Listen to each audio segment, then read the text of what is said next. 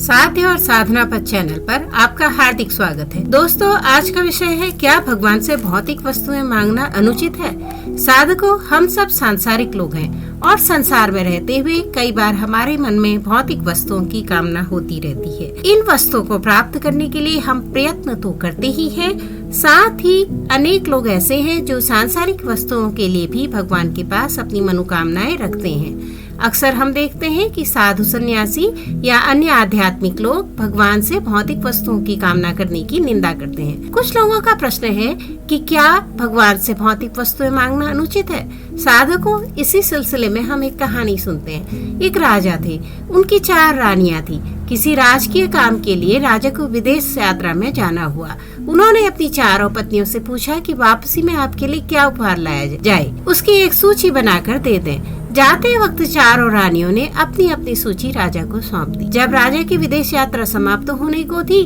तो लौटते समय उन्होंने अपनी रानियों की दी हुई सूची को देखकर सामान मंगवाने की सोची। सबसे छोटी रानी ने हाथी दांत का सामान मंगवाया था। तीसरी रानी ने विभिन्न रेशमी वस्त्र मंगवाए थे। दूसरी रानी ने राजा से स्वर्ण आभूषण मंगवाए। जब राजा ने सबसे बड़ी रानी की सूची देखी तो उन्हें बहुत ही प्रसन्नता हुई। बड़ी रानी ने लिखा था, प्रिय महाराज, आपकी दया से मेरे जीवन में बहुत ही संतुष्टि है।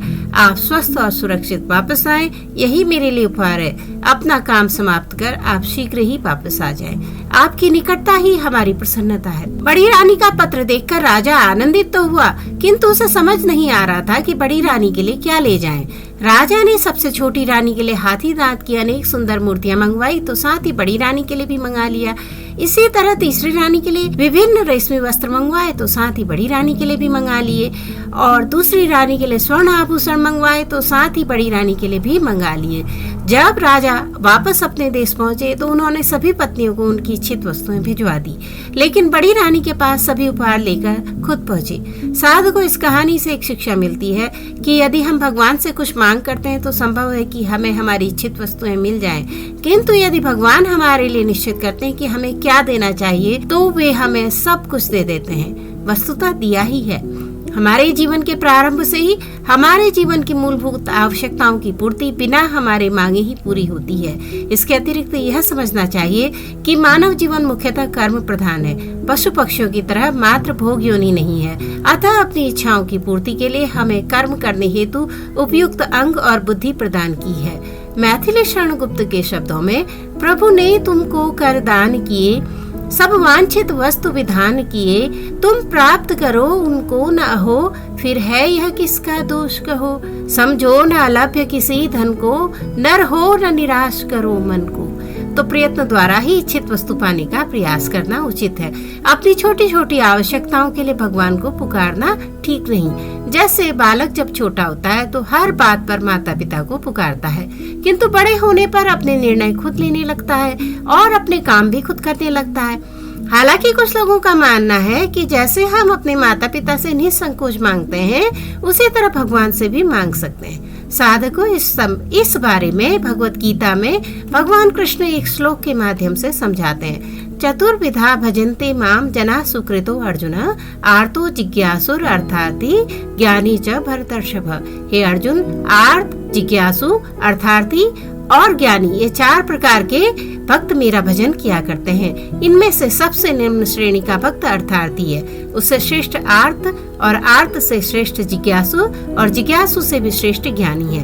अर्थार्थी भक्त वह है जो भोग, ऐश्वर्य और सुख प्राप्ति के लिए भगवान का भजन करता है। उसके लिए भोग पदार्थ व धन मुख्य होता है, भगवान का भजन गौड़ होता है। ध्रुव को अर्थार्थी भक्त माना जाता है। आर्त भक्त वह है जो सांसारिक कष्ट आने पर या धन वैभव नष्ट होने पर अपना दुख दूर करने के लिए भगवान को पुकारता है। जैसे द्रौपदी ने संकट में भगवान को याद किया। जिज्ञासु भक्त अपने शरीर के पोषण के लिए नहीं, वरन संसार को अनित्य जानकर भगवान का तत्व जानने के लिए और उन्हें पाने के लिए भजन करता है। उद्धव जी जिज्ञासु भक्त की श्रेणी में आते हैं, किंतु ज्ञानी भक्त सदैव निष्काम होता है, इसलिए भगवान ने ज्ञानी को अपनी आत्मा कहा है। ज्ञानी भक्त के योगक्षेम का वहन भगवान स्वयं करते हैं, क्योंकि आर्त, अर्थार्थी और जिज्ञासु तो सकाम भक्त हैं। उनमें अन्य वस्तुओं को प्राप्त करने की कामना रहती है, किंतु ज्ञानी भक्त भगवान को छोड़कर और कुछ नहीं चाहता है। प्रहलाद जी और हनुमान जी को श्रेष्ठ भक्त की श्रेणी में रख सकते हैं। प्रश्न उठता है कि इनमें कौन सा भक्त संसार में सर्वश्रेष्ठ है। तेषां ज्ञानी नित्ययुक्त एक भक्तिर विशिष्यते, प्रियो ही ज्ञानिनो अत्यर्थम अहम स च मम प्रियः। इनमें जो परम ज्ञानी है और जो शुद्ध भक्ति में लगा रहता है वह सर्वश्रेष्ठ है, क्योंकि मैं उसे अत्यंत प्रिय हूँ और वह मुझे प्रिय है। यहाँ पर यह समझना चाहिए कि भगवान ने अर्थार्थी, आर्त और जिज्ञासु को भी भक्त ही माना है, क्योंकि भौतिक इच्छाओं की पूर्ति से भी विश्वास दृढ़ होता है और कालांतर में भौतिक इच्छाओं के समस्त कलमश से मुक्त आर्त, जिज्ञासु, धनहीन तथा ज्ञानी ये सब शुद्ध भक्त बन जाते हैं। किंतु इनमें से जो परम सत्य का ज्ञानी है और भौतिक इच्छाओं से मुक्त होता है वही भगवान का शुद्ध भक्त हो पाता है। इन चार वर्गों में से जो भक्त ज्ञानी है और साथ ही भक्ति में लगा रहता है वह भगवान के कथन के अनुसार सर्वश्रेष्ठ है। ज्ञान की खोज करते रहने से मनुष्य को अनुभूति होती है कि उसकी आत्मा उसके भौतिक शरीर से भिन्न है। अधिक उन्नति करने पर परमात्मा का ज्ञान प्राप्त कर भक्त पूर्णतया शुद्ध हो पाता है, तो उसे संसार के ईश्वर के नित्य दास के रूप में अपनी स्वाभाविक स्थिति का अनुभूति होती है। इस प्रकार शुद्ध भक्ति की संगति से आर्त, जिज्ञासु, धन का इच्छुक और ज्ञानी स्वयं शुद्ध हो जाते हैं। किंतु प्रारंभिक अवस्था में जिस व्यक्ति को परमेश्वर का पूर्ण ज्ञान रहता है और साथ ही उनकी भक्ति करता रहता है वह व्यक्ति भगवान को अत्यंत प्रिय होता है। जो भगवान की दिव्यता के ज्ञान में स्थित है वह भक्ति द्वारा इस तरह सुरक्षित रहता है कि भौतिक कलमश उसे छू तक नहीं पाते।